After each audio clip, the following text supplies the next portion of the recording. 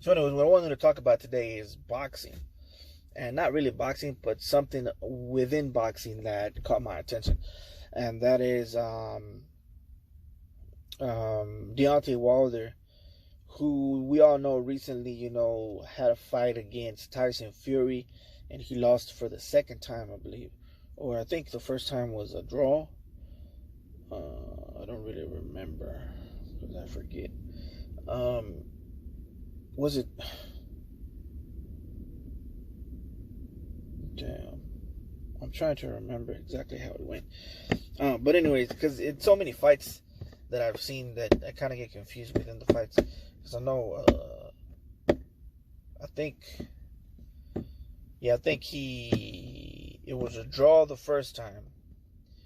But I think the confusion was because he said that he won, and he was saying that the count was too long, a whole bunch of cheating rumors and stuff like that, which I do not believe in. And I think it's part of the reason that, in my opinion, he is being slowed down as far as his purpose goes.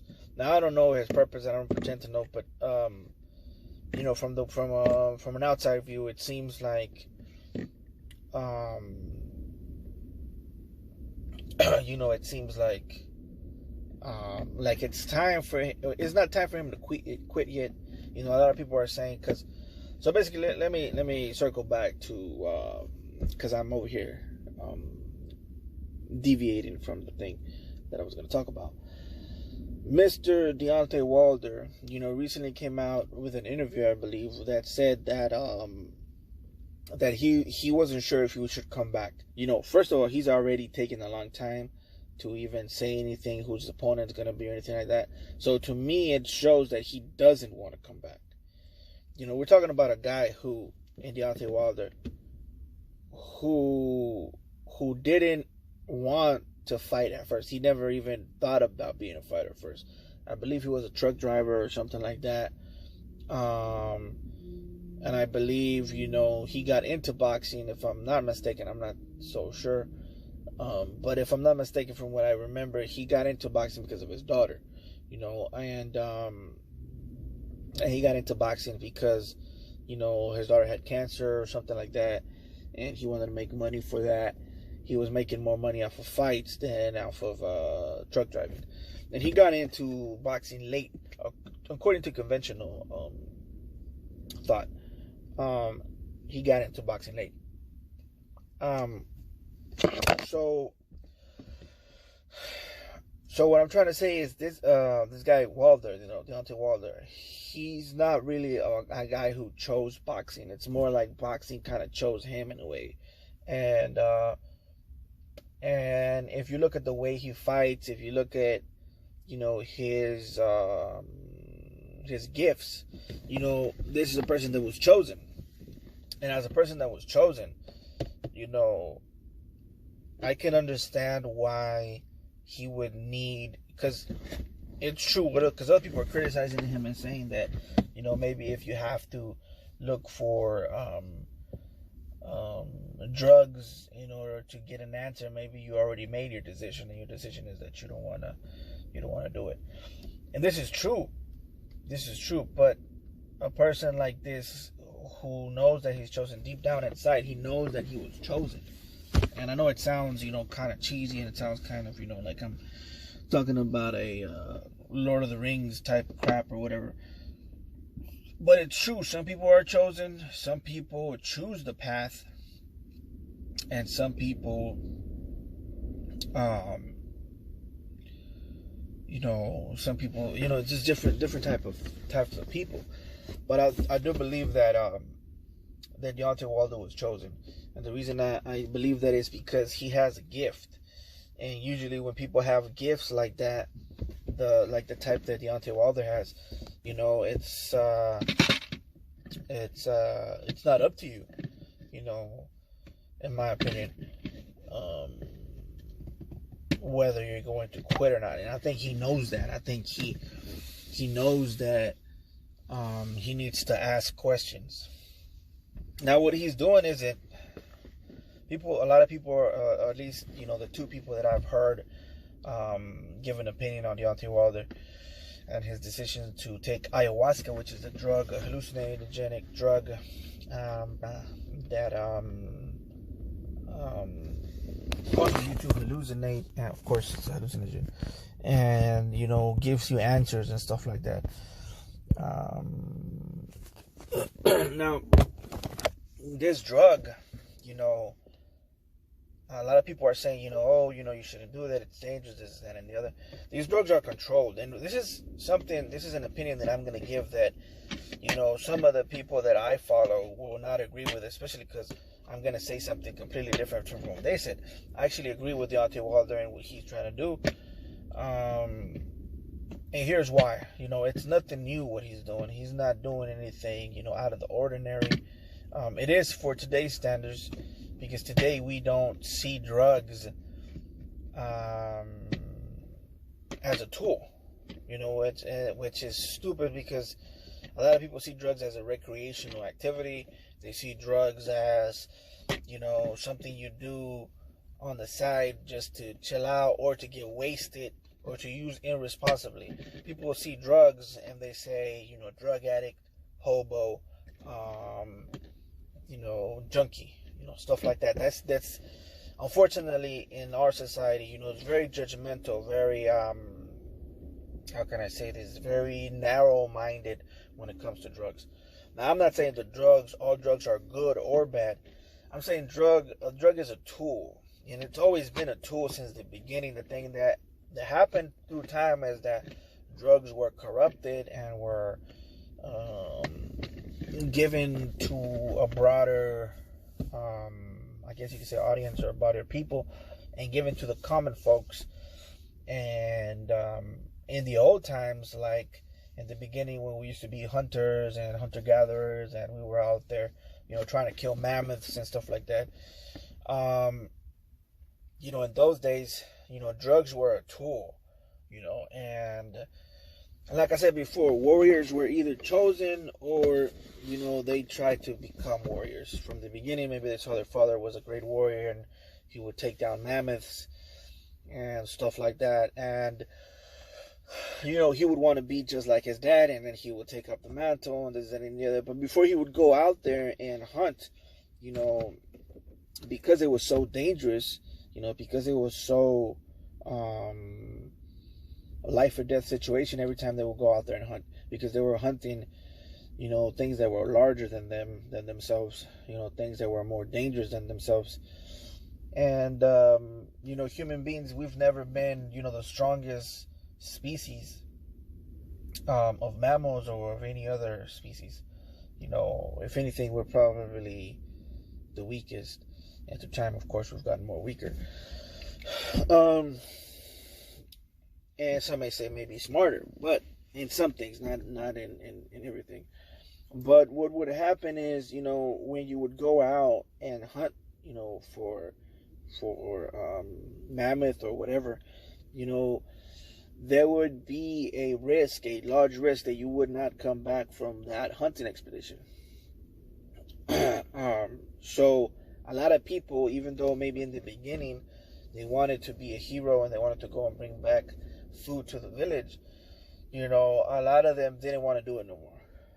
They said, I've done enough, I don't have an arm anymore, because some of these people, they lost limbs or something, or they got injured really bad, or they lost friends and only a few of them came back, stuff like that. It was a life-death situation. It's not like now to where you could just go to the groceries and buy you a steak and you're good to go. And this would cause people to value, each other a lot more, and value the food they eat. And but at the same time, it was a risk to go out there every day and put your life on the line to gather this food. So what they would do is they would go to the shaman. Now the shaman was an elder, a person who was older, a person who had experience, and a person who was out there in the field so much that he knew all the plants, he knew all the herbs, and he knew all the things that could cause you to go to another realm or to another state of plane of existence or whatever, touch that other side or touch that certain entity or whatever, in order for you to get better advice and to make decisions whether you were going to do this, that, or the other. And the reason people would do this is because back in those days it was hard to get out there. It was hard to get out there and even find the will to continue. So what they would do is they would go to the shaman. They would tell him, "Oh, I'm kind of feeling like I shouldn't go."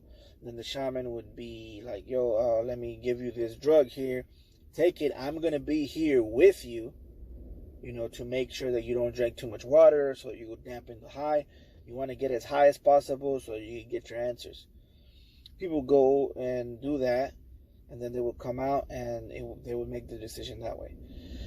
Why? Because they didn't want it to leave it up to them, because the responsibility of the tribe fell on the champion warrior. The champion warrior is the guy that was chosen by the tribe. And the reason I'm saying this is because, whether you like Deontay Wilder or not, I personally like the guy, but I don't like the things he says. I don't like the kind of self-pity that he has, that he's talking about. I don't like that. I think the guy was chosen, but even if you're chosen, you could make wrong moves, and you could take certain words and certain paths that are not your path, and be influenced by people that you shouldn't be influenced by. So, having said that, I do not like the part that I don't like about Deontay Wilder is the part where he is talking about cheating all the time, and talking about that he was cheated either by drugs or, there's so many excuses going on. That's not what, in my opinion, what the path that he was chosen for was for. He's not teaching his warriors to fight. He's teaching them to complain and to say that. It's not good what he's doing. It's basically what. And I think this ayahuasca thing is gonna help him. If he goes, it's gonna be the same thing. Those people are still doing it the old ways. So what they're doing, from what I hear, they give you the drug. There's a bunch of people around you helping you go through the high, guiding you and helping you out, so that you won't do something crazy. So maybe you could hurt yourself or hurt other people, or also, that you're not trying to dampen the high, because some people do try to dampen the high by drinking water or eating food, which helps bring the high down. They don't want you to do that. They want you to go through the high all the way through, so that you could communicate with, the spirit realm or whatever they believe in. And this is the way it used to be, right? It used to be controlled. So it's not dangerous. I heard about a bunch of people say, oh, drugs are dangerous. Drugs are dangerous. But everything's dangerous. The vaccine is dangerous. And I'm not an anti-vaxxer, but I am a person who is aware that, drugs are tools. And a lot of drugs in general are actually poisons. Even vaccines are actually another virus, another sickness fighting the sickness that you are trying to fight, which is like, it's kind of like the enemy of my enemy is my friend type thing, to where you go out and look for another virus to fight the virus that's actually hurting you now. But yeah, man, I think he should do it. And I think he should do it the right way. I think he should go to the shamans or whatever and seek out that way there. There's also some in Mexico, but they use another chemical. They use another plant. It's actually a cactus called peyote. And I could go into detail. I could go for hours on this thing, but like I said, I gotta go out here and exercise. And yeah, so that's all I wanted to say today about Deontay Wilder and his whole deal with that. I hope that they're able to help him out, because I do think that, like I said, I do think he's chosen. But at the same time, I do think that he has deviated from his path by the people that are around him telling him, oh, you got cheated on, stuff like a lot of the stuff that he's been saying, man. It's not, the whole till this day. I get it, that's cool, whatever. But once you start, talking about the whole system is against you and stuff like that, and it's you're not giving your people hope.